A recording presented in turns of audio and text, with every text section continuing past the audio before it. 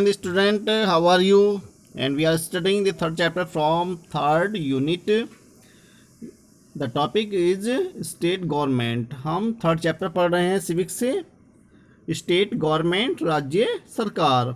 In the previous two videos, I have taught you about the formation of the state government and their function. हमने previous जो video मैंने आप लोगों को send किए हैं उनमें हमने क्या सीखा है, स्टेट गवर्नमेंट की फॉर्मेशन, स्टेट गवर्नमेंट का कैसे निर्माण हुआ है और उनके फंक्शन.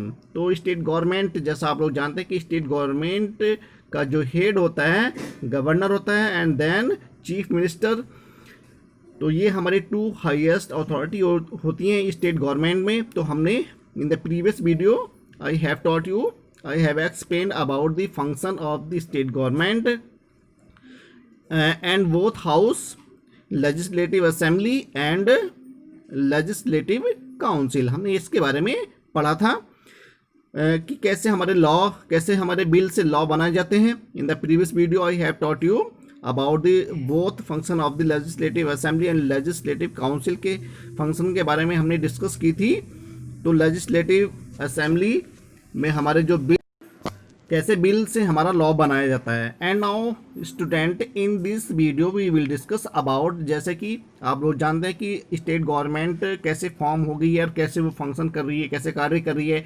अब उसके बाद का जो नेक्स्ट कार्य जो होगा स्टेट गवर्नमेंट का, वो होगा to fulfil their responsibilities about the people of the state. अब इसका जो नेक्स्ट स्टेट गवर्नमेंट का जो कार्य होगा कि जो वायदे स्टेट गवर्नमेंट ने या यूपी सरकार ने जो जनता के बीच अपनी पॉलिसियों को लेकर, अपने मैनिफेस्टो को लेकर के जो वायदे, जो policies during the election time में उन्होंने किए थे, अब उन पर अपनी जो प्रतिक्रिया कैसे करते हैं, उनके कार्यों को कैसे करते हैं. तो in the previous video I have taught you about the both house, upper house and lower house, Vidhan Sabha और विधान परिषद के बारे में हमने पढ़ा था, और इनके जो लॉ कैसे बनाते हैं, कैसे बिल से लॉ बनाया जाता है और कैसे बजट पेश किया जाता है. This is the state government of UP. ये हमारे यूपी की गवर्नमेंट है.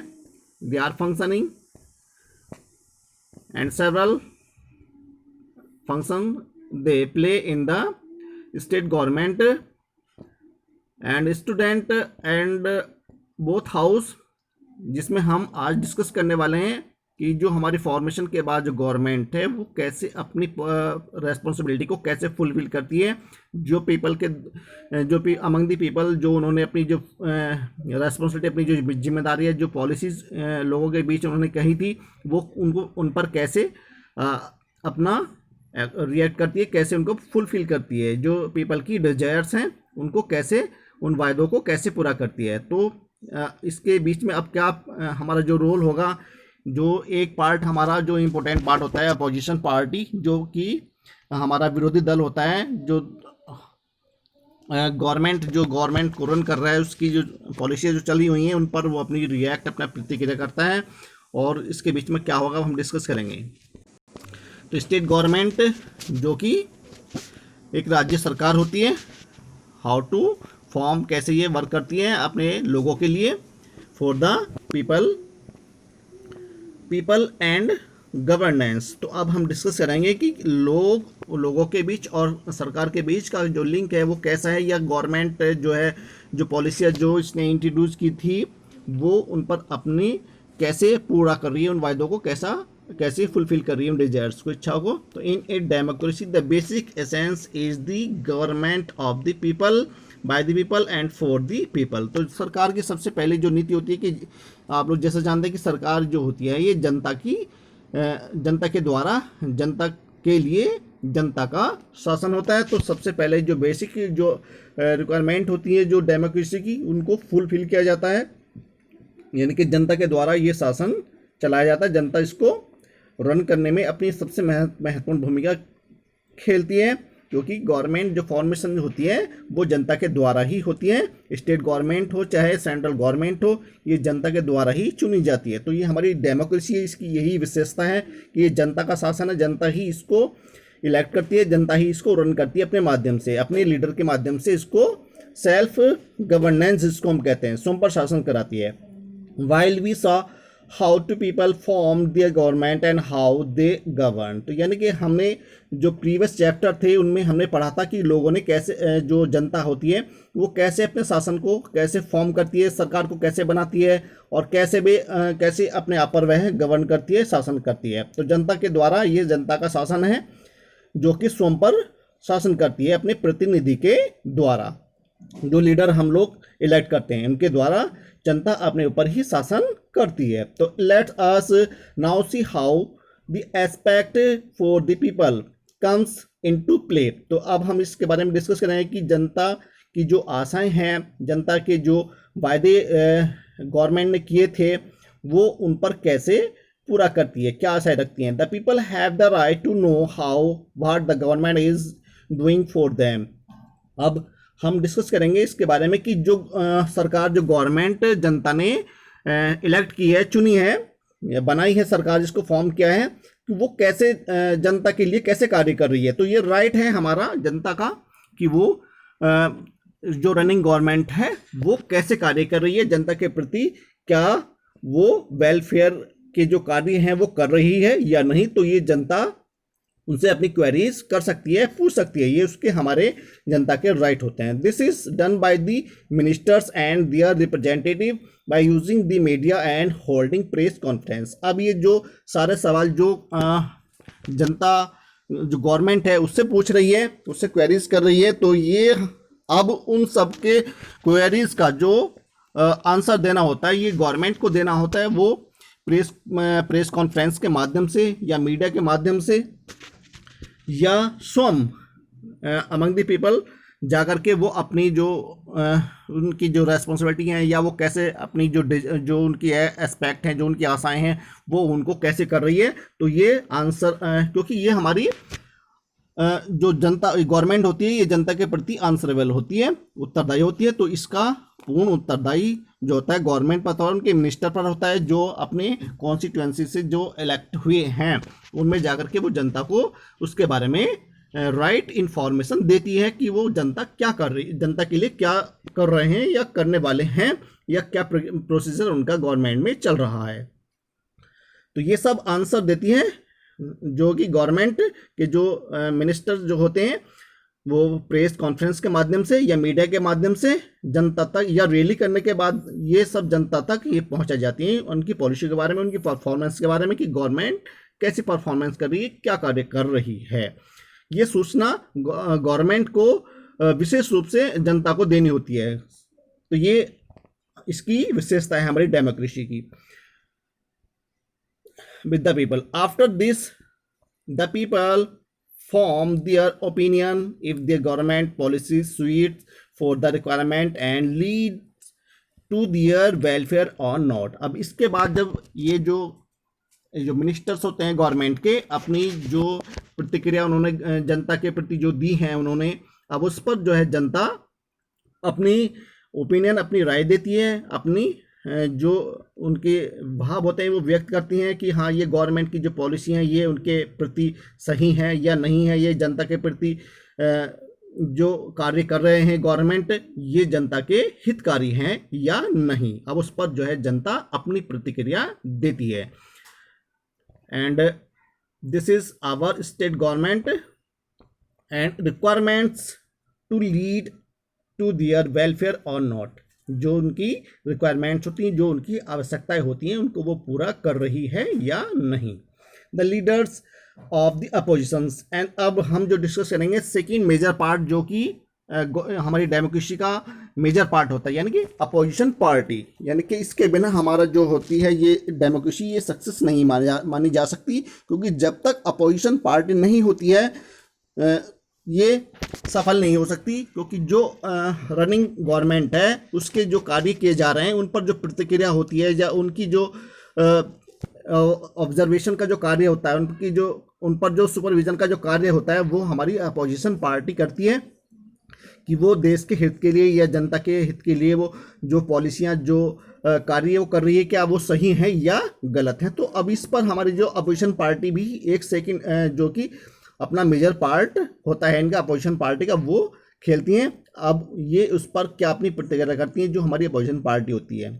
तो leaders of the opposition parties then go to the public in different form and convey their views as they whether the government has done its job effectively. अब ये हमारी opposition party जो होती हैं, जो विपरीत जो दल होते हैं जो कि सत्ता में नहीं है, वो अपोजिशन का कार्य कर रहे हैं और वे लोगों के बीच जाते हैं, जनता के प्रति जाते हैं और जनता से गवर्नमेंट का जो रवैया है उनके प्रति, क्या वो सही कार्य कर रही है गवर्नमेंट या नहीं, तो इस चीज़ को वो जानकारी लेते हैं और इस चीज़ को अपनी हमारी जो असेंबली होती है, लेजिस्लेटिव असेंबली होती है, उसमें उस चीज़ को रखा जाता है, उस पर डिबेट होती हैं।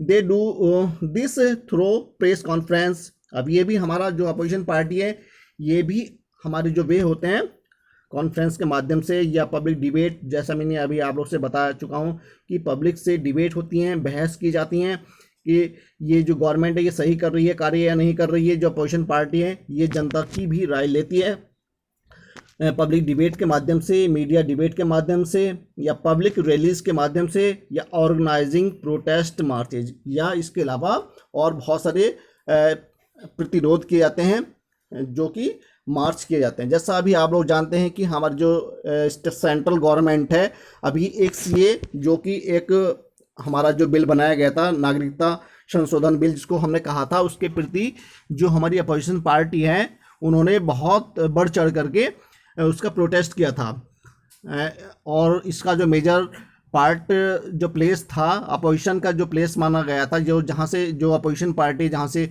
लार्ज स्केल पर प्रोटेस्ट कर रही थी, शाहीन बाग जो दिल्ली में है, वहाँ से लार्ज स्केल पर जो है अपोजिशन पार्टी और उनके जो सपोर्टर थे उन्होंने वहाँ से उसके अगेंस्ट प्रोटेस्ट किया था, सीए के अगेंस्ट। तो सेम इसी वे में हर स्टेट में हो चाहे सेंट्रल गवर्नमेंट में हो, तो अपोजिशन पार्टी अपना जो उनका जो मेजर पार्ट होता है, जो उनका मेजर रोल होता है, वो प्ले करती हैं इस तरीके से। You may have seen or heard of strike by opposition parties which lead to and closure of shops, schools. आप लोगों ने सुना होगा कि जो अपोजिशन पार्टियां होती हैं, जो अपोजिशन वाले जो दल होते हैं, वो डिफरेंट टाइप की रैली करने के बाद स्ट्राइक शुरू कर देते हैं और स्कूल, कॉलेज और शॉप ये सब क्लोज करा दी जाती हैं, बंद करा दी जाती हैं। इस प्रकार से वो अपनी जो प्रतिक्रिया है जनता के माध्यम से या जनता के बीच जाकर के जो रनिंग गवर्नमेंट होती है उसके खिलाफ, उसके अगेंस्ट अपनी प्रतिक्रिया को व्यक्त करते हैं, अपनी आवाज़ को उठाते हैं कि ये जनता के प्रति सही है या नहीं। And student now at last in the chapter, अब हम चैप्टर के अंतिम पैराग्राफ में हैं, पैसेज में हैं। तो हम इसमें हमने क्या डिस्कस किया है कि इस चैप्टर में कि कैसे हमारी स्टेट गवर्नमेंट कैसे क्रिएट होती है और कैसे वो गवर्नेंस करती है, कैसे शासन करती है, इसके बारे में हमने पढ़ा है। तो these are ways by which the public may express their views and convey their grievance to the government. तो इस प्रकार से ये जो हमारी सरकार है जनता की, इसमें जनता अपने भाव एक्सप्रेस करती है, अपने व्यूज देती है और अपनी जो भी शिकायतें होती हैं वो सरकार के समक्ष रखती है। The government is thus made aware and expected to make amendment or resolve the problem of the people। तो इस प्रकार से जो जनता अपनी शिकायतें होती है गवर्नमेंट के सामने वो रखती है और फिर जो गवर्नमेंट होती है उस पर अपनी जो है वो एक्शन लेती है अपने, कि हाँ ये जो समाज के अंदर जो कुछ बुराइयां हैं, जो ओल्ड लॉ हो चुके हैं, उनको हमें अमेंडमेंट करने की, उसमें सुधार करने की ज़रूरत है। तो इस प्रकार से जो ओल्ड लॉ, जो ओल्ड विल होते हैं उनको रद्द करके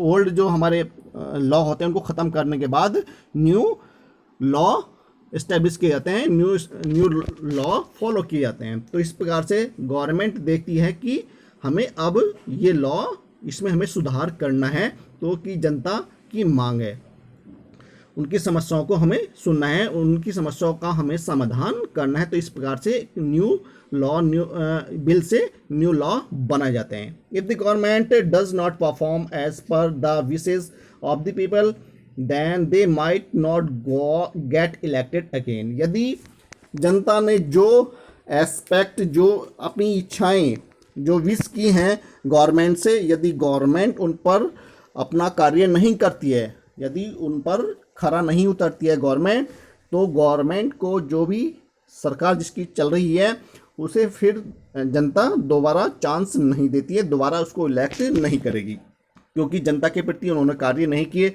यदि जनता के प्रति जो गवर्नमेंट कार्य करती है, जनता के फेवर में, जनता के वेलफेयर में अगर कार्य करती है, तो जनता फिर उससे उस गवर्नमेंट को इलेक्ट करेगी, क्योंकि जनता के फेवर के जो कार्य होंगे तो जनता उसी को वोट देगी, उसी को दोबारा से पुनः से इलेक्ट करेगी। Therefore, every government has to ensure that their policies and functioning are for the welfare of the people as well as liked the people. इसके बाद जो है जनता ये सुपरविजन भी करती है, ये देखती भी है कि जो गवर्नमेंट है उसने जो कार्य किए हैं, जो पॉलिसियाँ, जो नीति गवर्नमेंट लेकर आई है, वो सही ढंग से कार्य कर रहे हैं या नहीं कर रहे हैं, क्या वो जनता के प्रति सही हैं या नहीं, जनता के वेलफेयर के हितकारी हैं, जनता के लिए उपयोगी हैं या नहीं। यदि ऐसा है तो जनता उस सब चीज़ों को देखती है और फिर जो 5 टर्म गवर्नमेंट का होता है उसके बाद अपनी जो है रिजल्ट उसमें डिक्लेयर करती है, यानी कि 5 ईयर के बाद गवर्नमेंट ऑटोमेटिकली ही चेंज हो जाएगी यदि कोई गवर्नमेंट सही से कार्य नहीं करती है, चाहे वो स्टेट गवर्नमेंट हो चाहे हमारी सेंट्रल गवर्नमेंट हो। And student,